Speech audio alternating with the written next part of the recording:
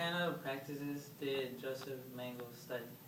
Joseph Mengele first studied anthropology for Germany, so it doesn't seemingly apply whatsoever. And then, as we got closer to World War II, so now in the mid to late 30s, he began to study doctor. He became a medical doctor, so a medical degree, and a general practitioner. So from here, he began to apply his art, if you will, his craft, as just a fairly small, he was working a fairly small practice. Was not necessarily successful or unsuccessful, just one of many physicians practicing in Germany.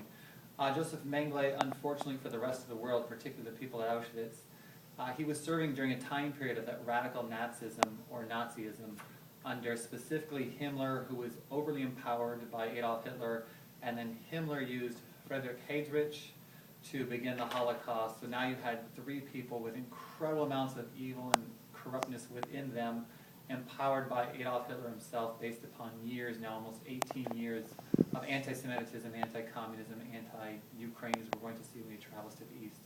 So it was a number of circumstances that allowed Joseph Mengele to take his practice, anthropology, and then medical degree in practical science, and apply it, sadly, at the Holocaust, specifically at Auschwitz, after he'd already served in the Russian front of the Ukraine. What could have caused him to do these experiments?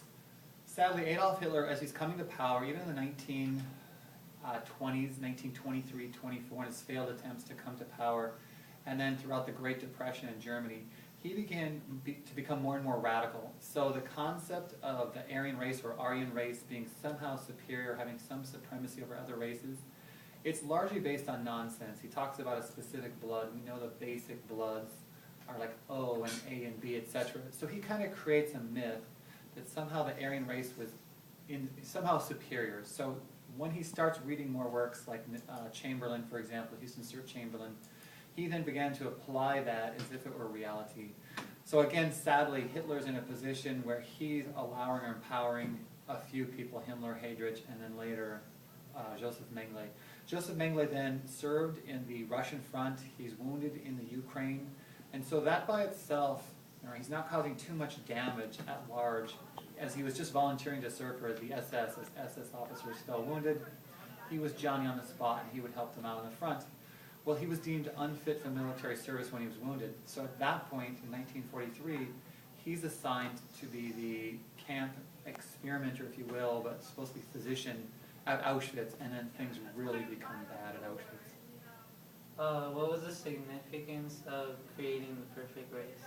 Yeah, so now this is where we continue the story then at Auschwitz. He's trying to create a perfect race. The Nuremberg laws already been passed, over 2,000 of them, prohibiting